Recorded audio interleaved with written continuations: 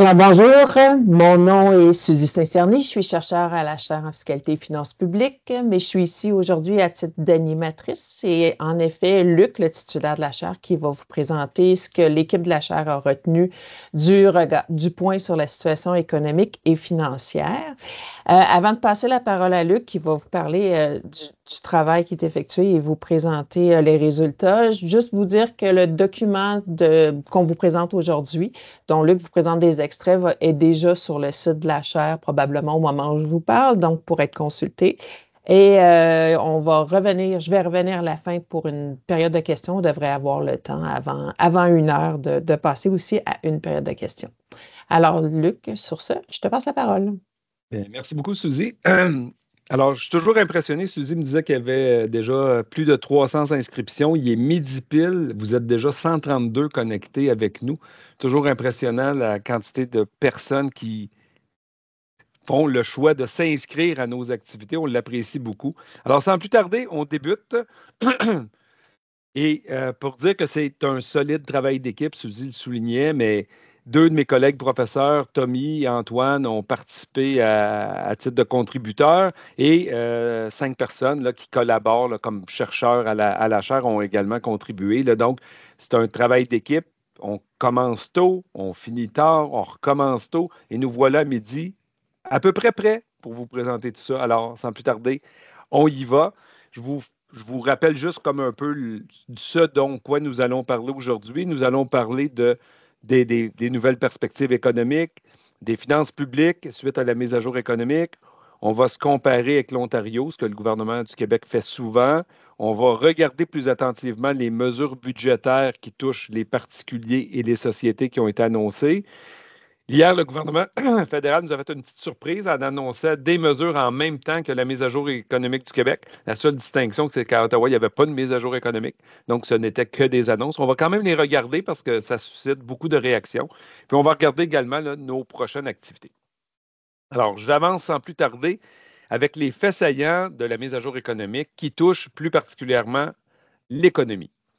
Alors, si on regarde du côté de l'économie, puis qu'on compare qu'est-ce qu'il y avait dans le budget par rapport à en bleu, qu'est-ce qu'il y a dans la mise à jour économique, première chose qu'on constate, c'est une croissance économique, donc croissance du PIB réel, beaucoup plus forte en 2024 que ce qui était projeté initialement dans le budget de mars. Donc, on a doublé la perspective de croissance économique pour l'année 2024. Par la suite, vous voyez que c'est un petit peu plus faible parce qu'on a été plus fort en 2024 et on se retrouve avec l'année 2028 avec une perspective inchangée pour ce qui est du taux de croissance du PIB réel. Si on regarde, est-ce que le ministère des Finances est trop optimiste, pas assez optimiste? Si on regarde évidemment, par rapport à la moyenne des prévisions des économistes indépendants, institutions financières, on a ça pour toutes les années. Ici, on a présenté seulement 2025. Pour l'ensemble des années, c'est assez, la croissance moyenne est similaire. Si on regarde pour 2025, on voit que le ministère des Finances prévoit une croissance du PIB réel de 1,5 %. La moyenne des économistes va entre 1 et 1,9 %, ce qui donne une moyenne de 1,4, donc un peu en dessous. Ici, ce qu'il faut peut-être préciser, là, c'est que ces prévisions-là économiques, ça montre une grande diversité là, entre 1 et 1,9, c'est que ça a été fait avant les élections américaines aussi. Donc, on constate le niveau d'incertitude là, à l'égard des perspectives de croissance économique. Mais on est en zone de croissance, cela dit, et la croissance du Québec, qui a aussi été faite avant les élections américaines, est un petit peu plus forte que la moyenne des économistes. Si on regarde évolution du PIB réel, comment se compare le Québec par rapport au Canada, aux États-Unis sur quelques années, bien, clairement, pour l'année 2023, on a eu une croissance économique plus faible que le Canada ou que les États-Unis. Si on s'en va en 2024, similaire à la croissance canadienne, mais inférieure à celle observée aux États-Unis. Et si on s'en va pour 2025, le Québec est inférieur au Canada et aux États-Unis. Donc ça fait un peu le point sur nos perspectives de croissance économique. Si on regarde la croissance de la population, qui est une un élément qui peut contribuer à la croissance économique, bien, on s'aperçoit que les données en orange, celles qui figuraient au budget d'avril dernier, avaient une croissance de la population beaucoup plus forte que celle que nous allons observer avec les nouvelles données, les nouvelles prévisions de croissance démographique découlant de la mise à jour économique de 2024. Ça découle notamment là, de la révision fédérale là, autour de l'immigration qui découle aussi là, des demandes du Québec, mais on voit que ça va avoir un effet sur la population de manière assez claire. Du côté de l'évolution du PIB réel, bien, comme le PIB réel croît plus vite en 2024 que ce qui était observé, et à peu près de la même manière pour le reste de la période, bien, vous vous apercevez qu'en pointillé, c'était l'évolution du PIB réel de mars. En noir, c'est la prévision du PIB réel de la mise à jour économique. Et on se retrouve avec une meilleure perspective et donc un PIB réel qui va être plus grand à la tournée de 2028. On parle d'une meilleure performance là, qui amène un niveau de PIB réel de 2 points de pourcentage plus élevé en 2028 que ce qu'on aurait pu observer avec les prévisions de mars. Si on s'en va voir du côté du PIB potentiel, donc est-ce que l'économie québécoise roule à son plein potentiel? Ben, on s'aperçoit là, que d'ici 2028, là, la réponse est non. On est un peu sous notre potentiel. Donc, la ligne noire, c'est le PIB réel selon le scénario de référence du ministère des Finances. Puis le pointillé, ça aurait été le PIB potentiel. Donc, on est un peu sous notre potentiel qu'on retrouve là, au tournant de 2027 et qu'on a en 2028. Donc, on est sous son potentiel jusqu'en 2027, disons ça. Ce qui explique, dans ce cas-là, la présence de déficit qui est liée donc à la nature, conjoncturelle des PIB. Ici, si on va voir l'évolution du PIB par habitant, ce qu'on s'aperçoit, c'est qu'il y a eu une croissance. Comme la population a fortement augmenté, il y a eu une décroissance du PIB par habitant en dollars enchaînés de 2017 pour l'année 2023 et 2024, mais que par la suite, avec les nouvelles données de population notamment, le PIB par habitant va augmenter sur la période 2025 à 2028. On avance, cette fois-là, on s'en va voir du côté de l'inflation. L'inflation pour l'année en cours est plus faible que ce qu'on anticipait dans le budget de mars. On pensait avoir 2,8 d'inflation. On s'en va à 2,5 pour la prévision 2024. Pour les autres années, les prévisions d'inflation ne changent pas. Donc, on est à 2,2 pour 2025, qui est en dessous de. Qui est dans la cible d'inflation. La cible est 2, mais on se donne un point de pourcentage au-dessus ou en dessous. Donc, on est à la cible d'inflation. Et on est à 2 pour les années 26 et 27 également. Donc, on est dans la fourchette depuis ce temps. Si nous allons voir toujours les perspectives d'inflation, ben, si on observe pour 2023, donc 2023, l'inflation était plus élevée au Québec qu'au Canada et qu'aux États-Unis, mais moins élevée que le monde. On se retrouve en 2024 avec une inflation un petit peu plus élevée, un point de pourcentage plus élevé par rapport au Canada, mais moins élevé qu'aux États-Unis et moins élevé qu'au monde. Et quand nous arrivons pour 2025, nous avons la même perspective de cible d'inflation, que ce soit Québec, Canada, États-Unis. Évidemment, c'est encore inférieur à cette inflation-là, à ce qu'on s'attend sur la scène mondiale. Si on va voir le marché du travail, la première chose qu'on constate, c'est que le nombre d'emplois créés au Québec attendu va être plus faible en 2024 que ce qui était escompté dans le budget de mars. On parle d'un écart d'à peu près 25 000 emplois, là, ici, là, de moins. Et pour toute la période, il va y avoir un petit peu moins d'emplois créés par année que ce qui était prévu en mars. Ça découle notamment de la révision de l'évolution de la population. Puis on note aussi que si on a eu des années de 100 000 emplois créés, bien là, on est dans des horizons là, de 20 000, 15 000, 15 000, 17 000. Donc, des créations d'emplois beaucoup plus modestes. Si on regarde cette fois-là le taux de chômage, bien, le taux de chômage est plus élevé que ce qu'on voyait dans le budget de mars dernier. Puis le taux de chômage le plus élevé sur la période qu'on va observer, c'est l'année prochaine, donc il va être à 5,8 0,9 points de pourcentage plus élevé que la prévision de mars, donc un rajustement à la hausse. Et pour la suite, des prévisions à la hausse, mais un taux de chômage, une prévision à la baisse dans ce cas-là. Je poursuis mon exposé là, des principales caractéristiques économiques du côté des mises en chantier.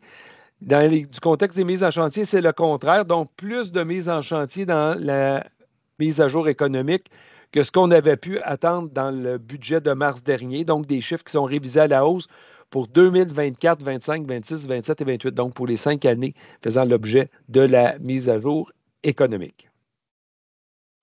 Ça ferait le tour des éléments qui touchent l'économie comme telle.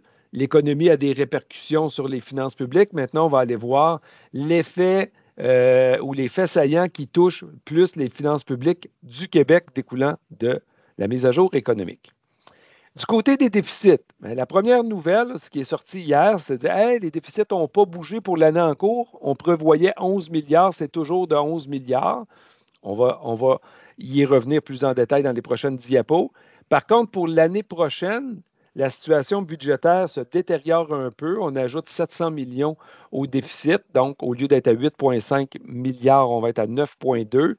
Des déficits équivalents et de moindre importance pour 26 et 27 et un déficit plus modeste en 2028-29 par rapport à la prévision de mars dernier. Donc, on va voir si tout ça est suffisant pour respecter le cadre de la loi sur l'équilibre budgétaire et d'un éventuel plan de retour à l'équilibre budgétaire qui doit être présenté dans le prochain budget du Québec. Je poursuis.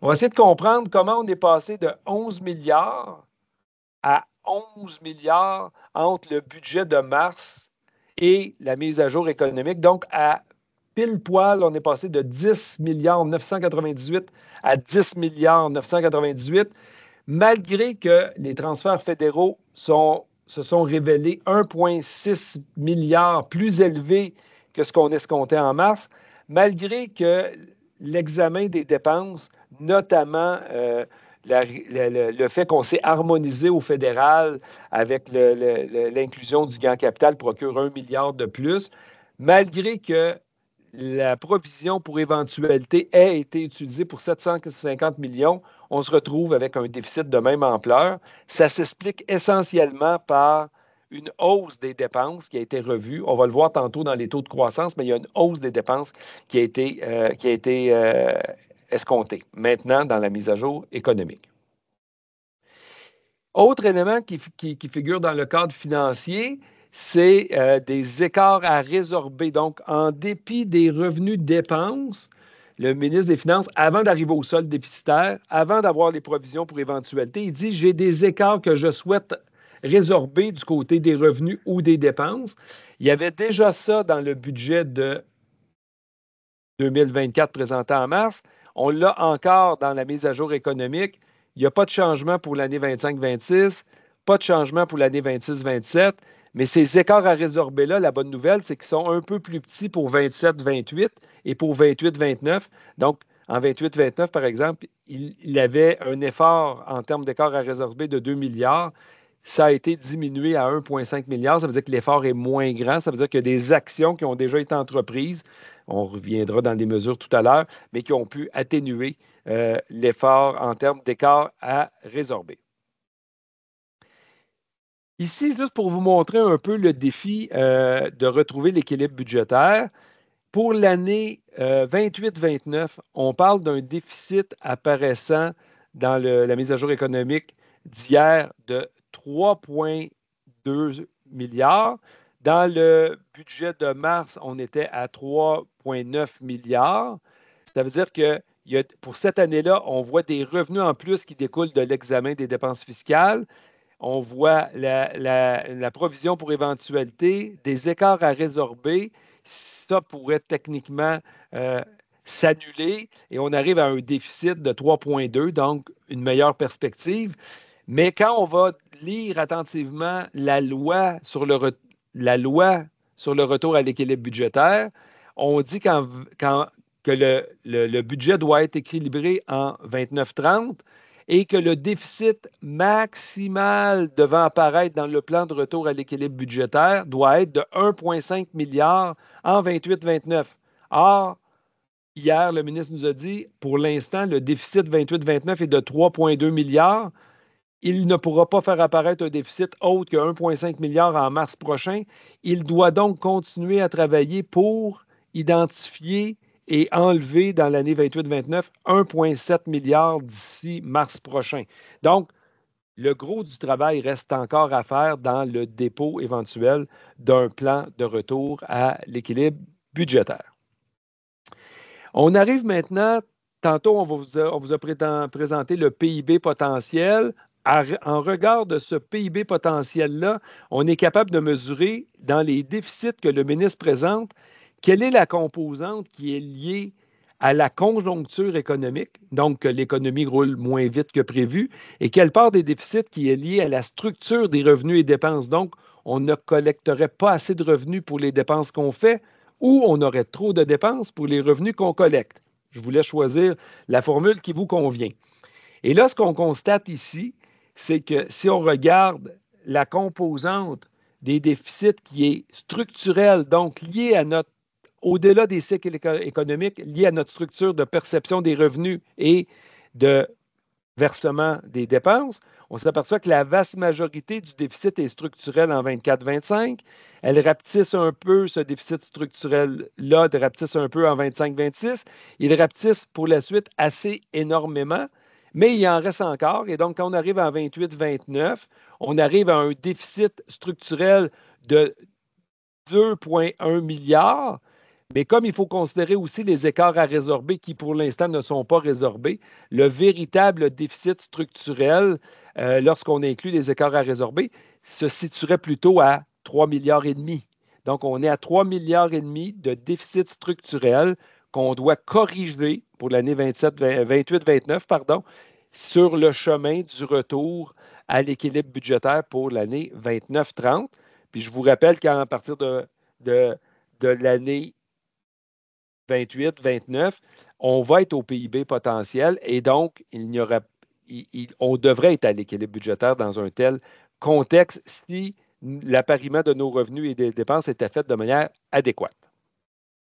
Je poursuis l'avancée pour vous montrer que les revenus autonomes vont croître de 4,5 % par année de la période 24-25 à 28-29. De leur côté, les transferts fédéraux connaissent un peu des variations un peu divergentes. Il y a une forte croissance entre 23-24 et 25-26. Par la suite, il y a une hausse en 26-27, puis par la suite, on note qu'il y a une plus grande stabilité ici, là, à partir de 26-27. On note une certaine stabilité dans les transferts fédéraux ou une quasi-non-croissance, si on veut. Donc, ça découle là, de changements là, dans certaines évolutions des transferts qui sont ponctuels versus une croissance ou une révision là, de certains transferts compte tenu, par exemple, plus de péréquation une année, mais moins dans les années suivantes ou non-croissance dans les années suivantes. Si on regarde plus spécifiquement certains types de revenus, donc si on regarde pour l'impôt des particuliers, la croissance est assez forte en 24-25. On parle de 7,5 % ici de croissance. Par la suite, la croissance moyenne est de 4,1 %. Si on s'en va aux taxes à la consommation, la croissance est beaucoup plus faible, comme on peut peut-être l'observer. On n'a pas ici les taux de croissance, on a les montants en milliards, mais on parle ici d'une croissance de 1,6 % durant la première année et par la suite, on a une croissance de 3,3 %. Du côté de l'impôt des sociétés, la croissance est assez forte la première année. Ça découle notamment des changements que le gouvernement fédéral a annoncés en matière d'imposition du gain en capital, pour lequel le gouvernement du Québec s'est harmonisé.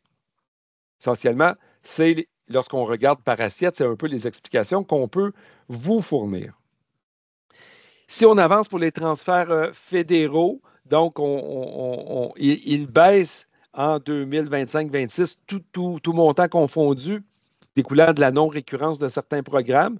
Par la suite, on voit qu'en 26-27, il y a une augmentation qui est assez significative, qui s'explique notamment par des croissances là, supérieures, comme je disais, notamment programme de péréquation. Là. Donc, et par la suite, on voit que, encore une fois, c'est ce que je disais tout à l'heure, mais on le revoit ici un peu décortiqué entre péréquation, transfert pour la santé, programmes sociaux et autres programmes.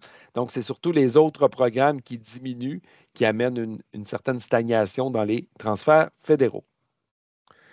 Ici, dépenses de portefeuille, ce qu'on voit entre le budget en orange de mars dernier versus la mise à jour économique, on voit que les dépenses de portefeuille sont toutes un peu plus élevées qu'il ne l'était prévu en mars. Donc, on va dépenser un peu plus. Ici, vous voyez, là, on passe de 1 milliard, 147 milliards,8 à 150 milliards,7, donc 1,9 milliard de plus. Et vous voyez, c'est de même un peu sur toute la période. L'écart ne semble pas très grand, mais comme on est en milliards, ici, là, on est pour la fin de la période, on est à 1,1 milliard de plus que nous allons dépenser en 28-29 que ce qui était prévu en mars dernier. Donc, si on regarde les mesures qui découlent de la mise à jour économique de l'automne, on s'aperçoit qu'il y a eu des nouvelles initiatives à la hauteur de 2 milliards, 2 milliards 100, là, et ces nouvelles initiatives-là, ben, ils s'expliquent essentiellement du côté du développement des collectivités, notamment plus de transferts là, pour les sociétés de transport collectif, le Fonds de développement économique de Montréal, le Fonds de la région de la capitale nationale, des sommes qui ont été versées. Donc, on parle là d'ajouts sur la période 24 à 28 de 1 milliard 200 millions. Si on va du côté de la sécurité des collectivités, on ajoute sur la période de 4 ans 430 millions.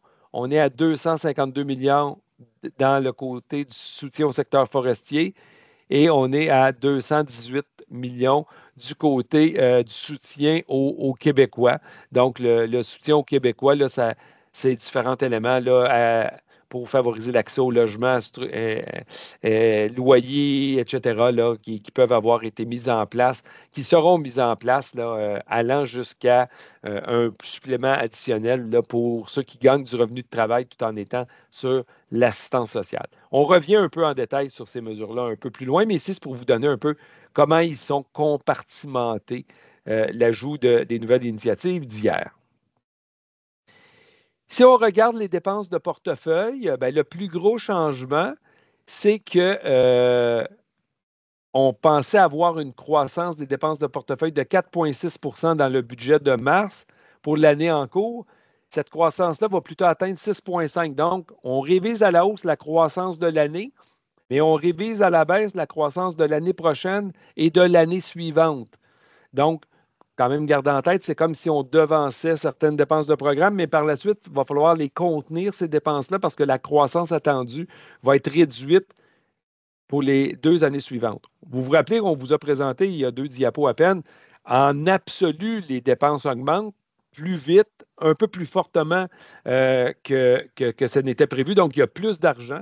Mais comme la croissance est davantage faite pour 24-25, le taux de croissance va être plus faible pour les années à venir. C'est quand même un défi pour un gouvernement de limiter la croissance de ses dépenses à un niveau de 2 en 2025-26 et à 1,6 en 2026-27.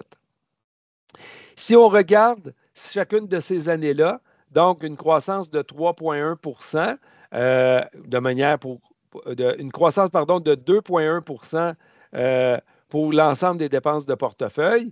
Mais quand on regarde plus attentivement, on s'aperçoit que en santé, services sociaux, ça va croître moins que la croissance moyenne. On va être à 1,8.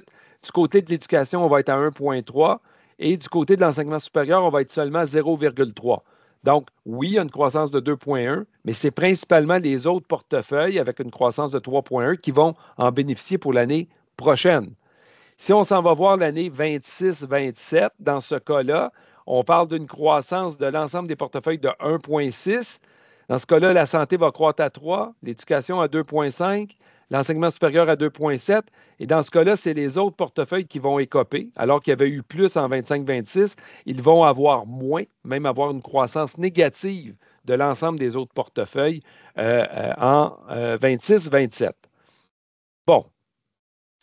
On arrive donc à la dette nette. On voit qu'il y a peu de changements là, par rapport à la dette nette. Là. Donc, le stock de dette augmente dans certaines années par rapport à la mise à jour, ou il diminue légèrement. Là. Vous voyez ici, pour l'année 25, l'année en cours, la dette va être un petit peu plus faible que celle qu'on avait escomptée.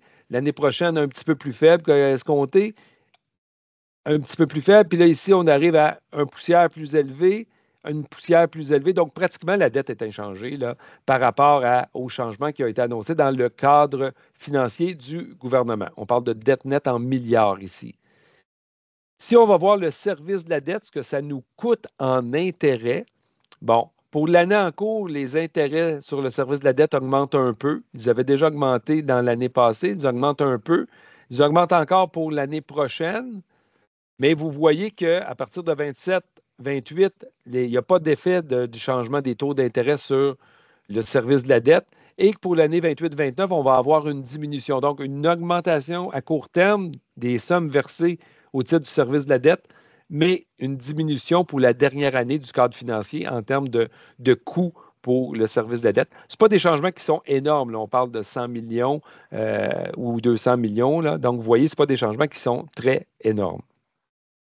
Et le service de la dette en proportion des revenus va rester assez stable également. Donc, un autre point, on ne le voit pas ici, mais je tenais que c'est important de le souligner. Ici, on arrive avec l'évolution du ratio de dette nette PIB et on s'aperçoit que le ratio est en augmentation, mais moins fortement par rapport à ce qui était prévu dans le budget de mars dernier. Donc, le ratio dette nette PIB est en augmentation. Il va reprendre sa descente à compter de 26, pardon. Il va reprendre sa descente, c'est le sommet. Il va reprendre sa descente pour diminuer d'un peu plus d'un point de pourcentage entre 2026 et 2029.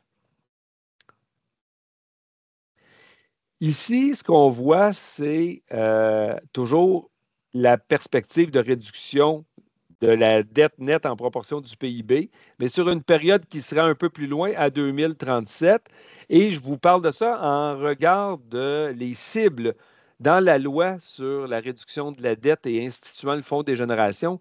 Il y a des cibles pour 2033, 2032-33 et pour la 2037-38. Et la cible pour 2037-38, c'est de 30 Vous voyez, là, on est à 30,3, mais le ministre, quand il a fixé la cible, il a dit je peux être à 2,5 points au-dessus ou 2,5 points. Il y a une marge de manœuvre, grosso modo, de 2,5 points inférieur ou supérieur. Puis quand on regarde pour 2033, vous voyez, la cible devrait être de 33. Vous voyez, il est à 34,6. Il est au-dessus, mais il est dans la fourchette qu'il s'est donnée de 2,5 points d'écart à la hausse ou à la baisse. Toujours sur la dette, pour terminer un peu, le Québec a encore la deuxième, malgré qu'on a un fonds des générations, malgré les efforts que l'on fait, on a la deuxième dette nette en proportion du PIB la plus élevée de l'ensemble des provinces canadiennes. Seule Terre-Neuve-Labrador nous devance. Vous voyez qu'on est devant l'Ontario avec un 1,6 points supérieur à l'Ontario.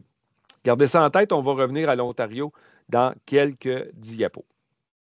Et on est clairement au-dessus de la moyenne canadienne qui est à 29 %. Si on s'en va voir justement du côté de l'Ontario,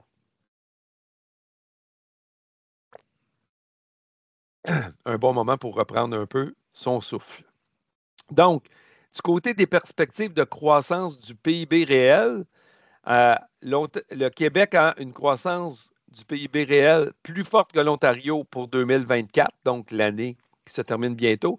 Mais pour l'ensemble des autres années, le PIB réel va croître plus vite en Ontario qu'ici. Donc, ça aussi, il faut garder ça en perspective. Un autre élément, quand on se compare avec l'Ontario, c'est l'évolution de notre niveau de vie. Le ministre des Finances, depuis quelques années, mentionne qu'il veut rattraper, il veut effacer l'écart de niveau de vie que le Québec a avec l'Ontario. Donc, on mesure l'écart de niveau de vie en prenant le PIB réel divisé par la population PIB réel de l'Ontario divisé par la population de l'Ontario, PIB réel du Québec divisé par la population du Québec. Il s'est fixé des cibles dans les précédents budgets. 10 d'écart maximum en 2026.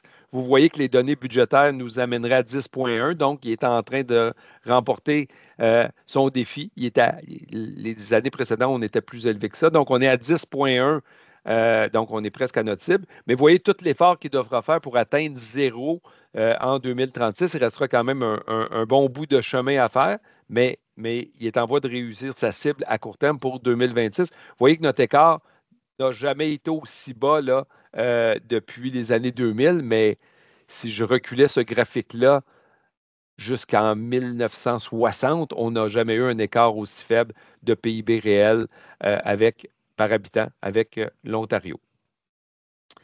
Ce qui nous amène à comparer les sols budgétaires du Québec avec l'Ontario. Vous savez que l'Ontario n'a pas de fonds des générations. Donc, pour être comparable, on pourrait prendre le Québec en bleu, qui est au déficit au sens des comptes publics, donc avant les versements au fonds des générations. Bien, on s'aperçoit qu'en 2023-24, l'Ontario avait pratiquement plus de déficit. Les déficits sont plus élevés au Québec, mais pendant toutes les années, les déficits sont plus élevés au Québec qu'en Ontario. Et si on ajoute la prise en compte des versements au fonds des générations pour être vraiment au sens de la loi sur l'équilibre budgétaire, bien, les déficits en pourcentage de notre économie sont toujours plus importants que ceux de l'Ontario sur l'ensemble de la période observée, donc de 2023 à 2026. Si on regarde l'évolution de la dette nette, tantôt je vous ai dit qu'il y a un écart avec l'Ontario de 30 quelques points, 1,5 point de pourcentage d'écart. Vous voyez qu'autour de 2020-2021, ici, on avait commencé à dire la dette au Québec là, en 2021 est un peu plus petite qu'en Ontario. On était très contents, on disait ça va se poursuivre, d'autant qu'on a un fonds des générations. Eh bien non, on a suivi la même tendance que l'Ontario, mais notre dette à partir de 2022 reprend à être un petit peu supérieure à celle de l'Ontario. Puis vous voyez que ça se poursuit sur l'ensemble de la période. Donc, la dette de l'Ontario diminue un peu plus vite que celle du Québec sur la période observée à partir de 2022. Celle du Québec, sur une plus longue période, a diminué davantage parce qu'on avait de dettes plus élevées et grâce au fonds des générations. Mais sur ce petit bout de période-là, la dette va réduire un peu plus vite en Ontario qu'ici. Ce qui compléterait, dans le fond, l'état des finances publiques. Donc, on s'en irait maintenant à analyser les faits saillants en matière de qu'est-ce qu'il y a eu comme changement dans les mesures budgétaires ou les mesures fiscales. Donc, on va aller du côté des mesures fiscales qui vont toucher en premier lieu les particuliers. Le ministre avait annoncé un réexamen des dépenses fiscales, mais il en a changé une mesure fiscale dans le cadre de la mise à jour économique. C'est le crédit d'impôt pour la prolongation de carrière, crédit d'impôt qui a changé de nom, mais qui existe depuis 2012. Les modifications vont se faire à partir du 1er janvier 2025. Et, dans le fond, le principal changement, c'est la hausse de l'âge d'admissibilité de 60 à 65 ans. Les autres changements, dans certains cas, c'est une bonification, comme ici. Donc, il va y avoir plus de revenus admissibles au crédit. Et dans d'autres cas, bien, on déplace un peu le début, c'est comme un resserrement, une adaptation. Donc, il y a certains changements qui sont faits. Donc, l'âge d'admissibilité de 60 à 65 ans, les revenus exclus en 2025 vont être de 7 500 au lieu de 5 000 auparavant. Mais ce 5 000-là, s'il avait été indexé à la hausse du salaire minimum, on serait grosso modo à 7 500. Et il va être indexé par la suite, là, comme les autres paramètres du mesure, à partir de 2026. Les montants admissibles au crédit avaient été fixés à 11 mais à 11 000, mais ils n'évoluaient pas. Là, ils vont être à 12 500, puis ils vont être indexés à partir de 2026. Donc, ça, on peut le voir comme une certaine forme de bonification. Donc, pourquoi l'âge du crédit a été revu? D'abord, parce que c'était une composante qui était coûteuse de la faire débuter à 60 au lieu de 65 ans. Et lorsqu'on regarde l'écart de taux d'emploi des personnes de 60 à 65 ans au Québec, puis si on regarde depuis la mise en place du crédit, bien, En 2012, il y avait un écart de 10 points de taux d'emploi entre le Québec et l'Ontario. Au désavantage du Québec, là, nos taux d'emploi étaient 10 points plus bas. Puis là, on a pratiquement tout effacé ça. L'écart avec l'Ontario est rendu à 0,4. Donc, moins besoin d'aider les gens dans cette groupe d'âge-là. D'autant plus que pendant la même période, l'âge moyen de la retraite est passé de 61,5 à pratiquement 65 ans. Donc, on a ressenti le crédit pour inciter les gens à poursuivre sur le marché du travail au-delà de l'âge moyen de la retraite. Les gens en bas de 64 ans et moins vont avoir le même régime d'imposition que quelqu'un qui a 59 ans, 56 ans, 43 ans. Donc, un régime qui reste quand même où c'est généralement rentable de participer au marché du travail. Il y a d'autres changements qui ont été faits effectivement. Donc, la réduction de l'aide au crédit va se faire sur la base du revenu net plutôt que du revenu de travail.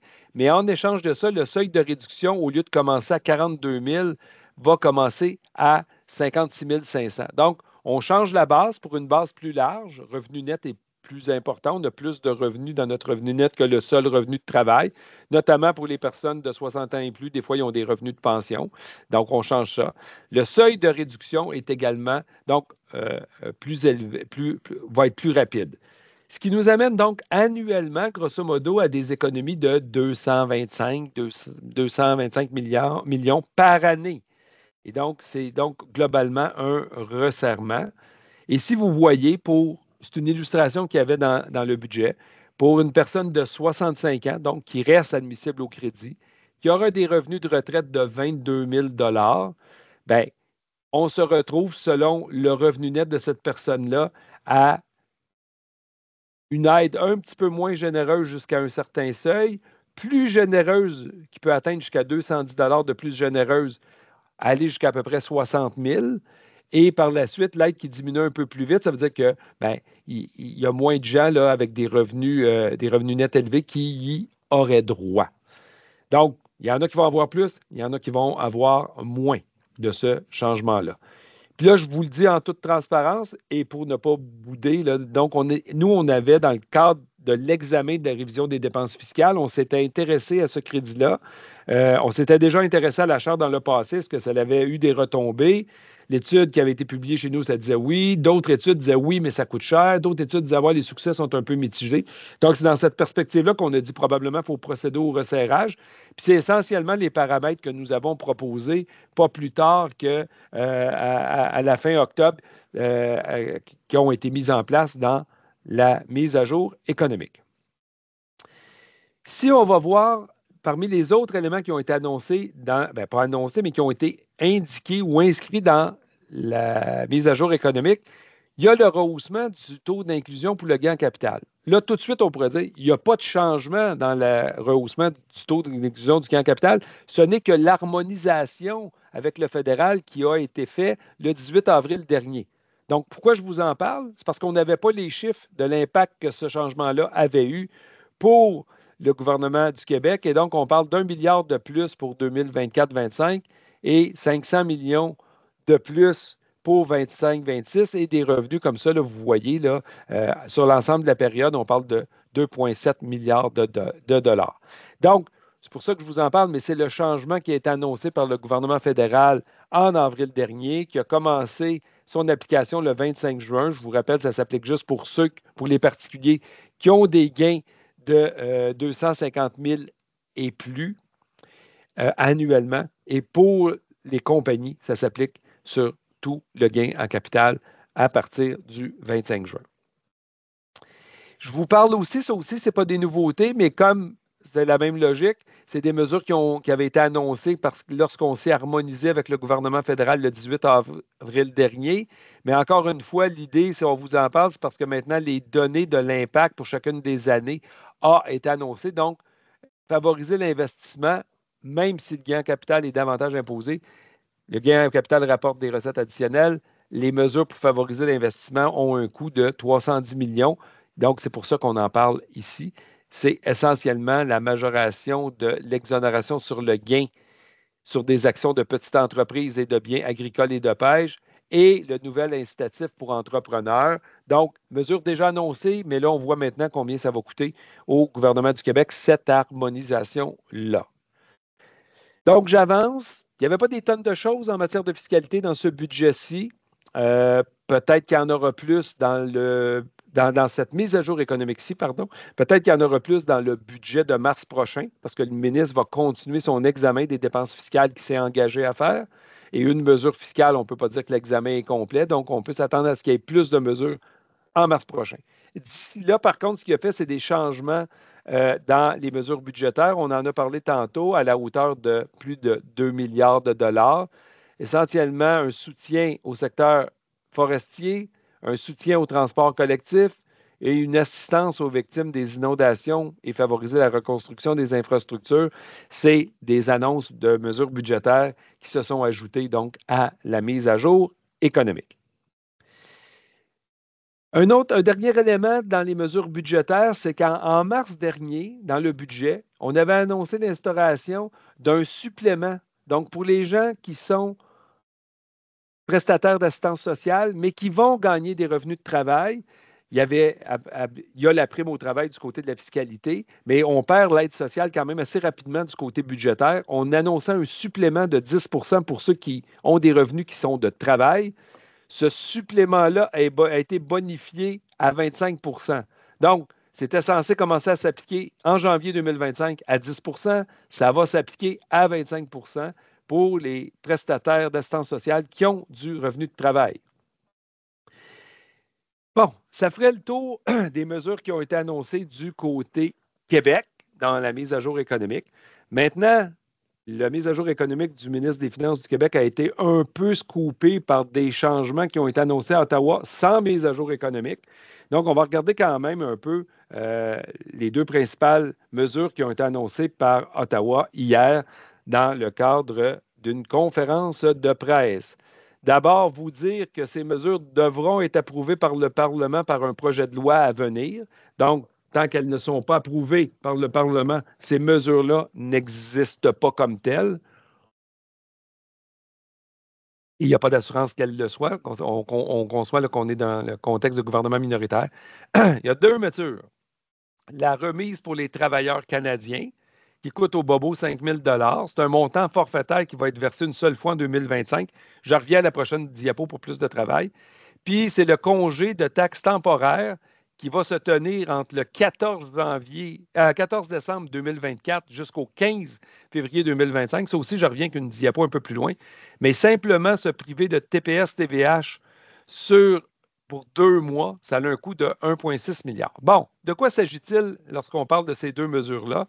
Si on va voir la remise pour travailleurs, on parle d'un montant unique de 250 $.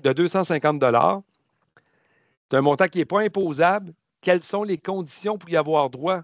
Avoir produit sa déclaration de revenus 2023 avant la fin décembre 2024.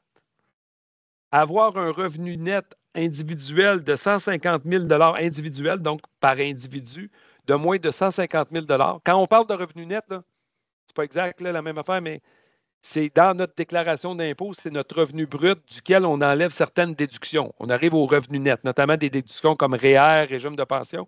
On arrive au revenu net, c'est ça qui nous sert. Ce n'est pas net après avoir payé ses impôts, c'est net après avoir pris en compte les déductions. Donc, un montant de 150 000 $. Mais il faut avoir des revenus de travail. Il faut avoir participé au marché du travail. Et on va mesurer ça comment? Bien, on va s'assurer que ça va être seulement les gens qui vont avoir un crédit pour cotisation au régime de pension du Canada ou au régime de rente du Québec ou au régime québécois d'assurance parentale. Si on n'a pas ça, techniquement, on n'aurait pas droit à la remise pour travailleurs, à moins qu'on ait été prestataire de l'assurance-emploi ou du régime québécois d'assurance parentale. Là, je tourne autour, mais je suis en train de vous dire que les gens qui n'ont pas de revenus de travail, qui n'ont pas eu de prestation d'assurance-emploi ou de régime d'assurance parentale, en 2023, ils n'auront rien.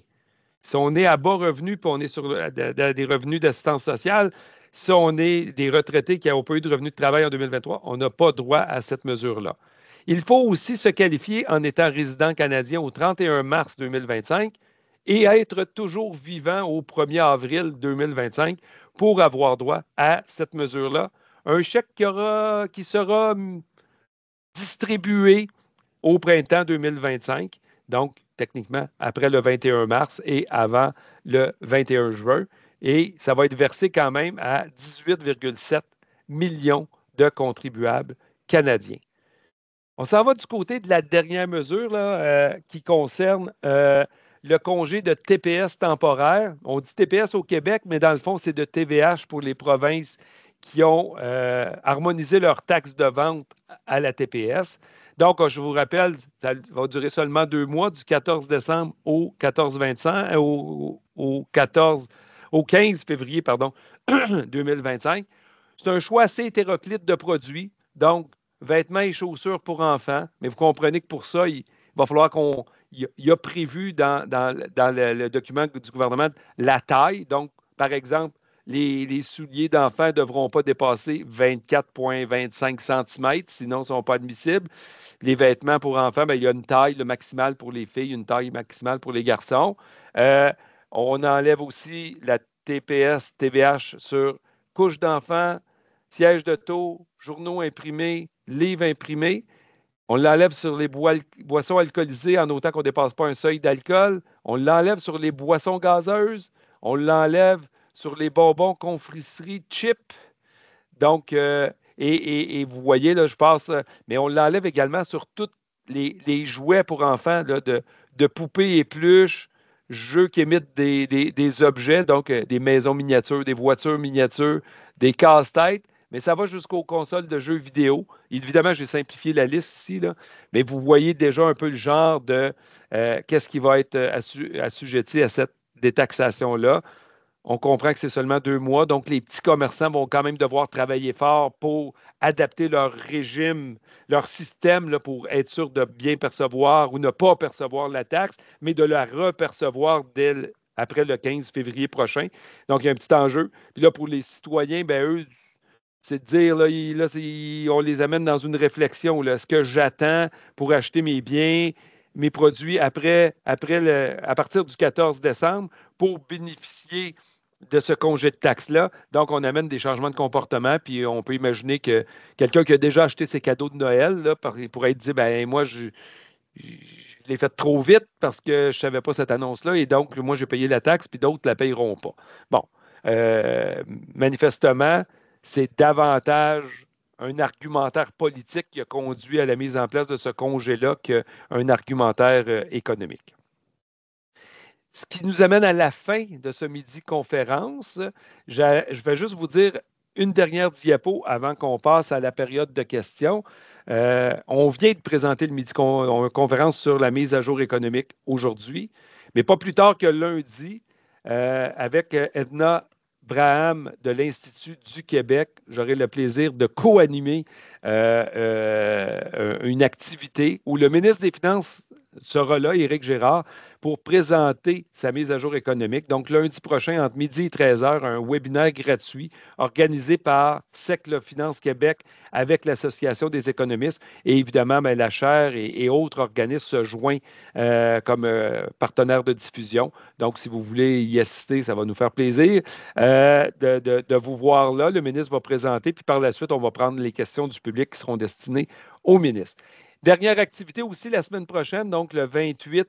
Donc celle-là, c'était le 25 lundi. Donc 25, 26, 27, 28, jeudi prochain, on s'en va à les dons de bienfaisance dans la perspective là, d'être plus généreux avec la philanthropie. Est-ce que des dons d'actions cotées à la bourse ou des dons faits par une société de gestion? Quels sont les éléments à considérer? Et là, bon, nous aurons 2 conférenciers et c'est ma collègue Sophie Bélanger qui sera à l'animation de cette activité. Alors, ça fait le tour de notre PowerPoint. J'arrête le partage et je cède le micro à Suzy pour la période de questions. Oui, on a le temps pour un peu quelques questions. La première qui a été posée concerne le traitement du gain en capital. Donc, quelqu'un qui se demande quel sera le traitement du taux du gain en capital advenant le cas où le projet de loi n'est pas déposé au fédéral ou que le gouvernement est renversé. Donc, qu'est-ce qui arrive pour le gouvernement du Québec dans une situation comme ça? On est dans une question hypothétique avec une réponse tout aussi hypothétique. La règle voudrait que si on s'harmonise à un changement qui n'aurait pas lieu, ben, on s'harmonise à un changement qui n'aurait pas lieu et donc il n'y aurait plus de changement. Donc, Québec reviendrait au système qui prévalait comme à Ottawa. On resterait harmonisé au régime fédéral. Ça serait la logique hypothétique que j'exploiterais et que je suggérerais pour l'instant. Les autres questions et commentaires, naturellement, ça fait beaucoup réagir l'annonce fédérale. Donc, il y a une question qui est est-ce que les mineurs qui ont travaillé et qui ont payé du RRQ et du RQAP auront droit aussi aux 250 $ du Canada?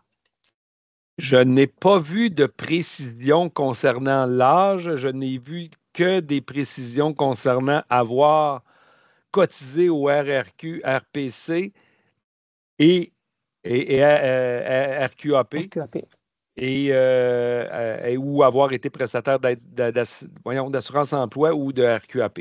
Donc, si on se qualifie à ça, on devrait techniquement y avoir droit. Il n'y avait pas de paramètre d'âge, ni à la baisse, donc 18 ans ou plus ou quelque chose comme ça. Là. Puis, il n'y avait pas non plus à l'autre bout là, un critère d'âge limite là, non plus. Concernant toujours ça, là c'est peut-être un sujet un peu plus éditorial, mais quelqu'un qui se pose la question, est-ce que les commerçants sont heureux? Pourquoi on fait ce genre de mesure-là? Et quelqu'un dit, il me semble que ça aurait été une meilleure idée de bonifier le crédit TPS TVQ pour cibler les personnes qui en ont réellement besoin. Donc, ça permet. Je peux en donner un peu ton avis quand même. Je ne peux pas parler au nom des commerçants. Je ne suis pas membre d'aucune fédération ou association de commerçants. Donc, cela dit, on peut penser que ça l'amène une difficulté pour les petits commerçants. Je ne pense pas que Walmart ait beaucoup d'enjeux à adapter son système informatique. Là. Mais quand on est un petit commerçant indépendant, là, ça devient peut-être un petit peu plus difficile. Là, sur la fait, après, à qui on aurait dû viser, on l'avait déjà fait dans le passé, bonifier le crédit de TPS de manière temporaire du côté fédéral. Effectivement, on aurait pu le refaire. Ça aurait ciblé des gens à plus faible revenu. Ça aurait été effectivement mieux ciblé parce que là, on a des gens à faible revenu qui ne se qualifieront pas à cette mesure-là. Puis on a des gens à 149 000, 150 000 qui vont s'y qualifier. D'autant qu'on parle de revenu net. Donc, techniquement, quelqu'un qui gagne 164 000, mais qui a 15 000 de cotisation REER se qualifie toujours. Là. Et donc, c'est sûr que la mesure aurait été mieux ciblée si on avait bonifié le crédit de TPS pour s'assurer que tous les gens à bas revenus y aient droit. Quelqu'un qui demande, sait-on si la prestation de 250 $ non imposable sera au provincial ou s'ils vont s'harmoniser? Il n'y a aucune logique, il n'y a aucune... C'est pas le genre de mesure qu'on s'harmonise. Là. Quand Québec a émis ces mesures pour faire face au coût de la vie, le fédéral ne s'harmonisait pas. Le fédéral faisait ses propres mesures et vice-versa, ça va être la même chose. Mais il devrait s'harmoniser en le rendant non imposable. Je pense que, excuse-moi, c'est moi qui ai mal formulé la question. Non, c'est moi qui l'ai mal compris. Sur le volet non imposable, oui. Si le fédéral le propose non imposable, Québec n'ira pas le mettre imposable. Là. Habituellement, il y a un pacte de non-agression. Je ne suis pas sûr que ça s'appelle comme ça, mais il y a une sorte de pacte de non-agression. Quand un dit que ce n'est pas imposable, l'autre, c'est pas imposable. C'est ça. Des questions sur les biens ou précisions, mais je pense que là, on a quand même dit que la liste était pas nécessairement totalement détaillée. Qu'est-ce qui était les boissons alcoolisées, pas alcoolisées, etc., le pourcentage. Je pense qu'on ne rentrera pas dans ces détails-là. Il y a quelqu'un qui demande si les mesures fédérales sont assujetties à une quelconque vote, motion en chambre ou ça peut s'appliquer selon un processus hors chambre. Je pense que tu as bien dit que ça doit être voté. Là. Ça doit être voté. Donc, ça doit être voté. Mais je pense que c'est pour ça que ça a été fait exprès pour...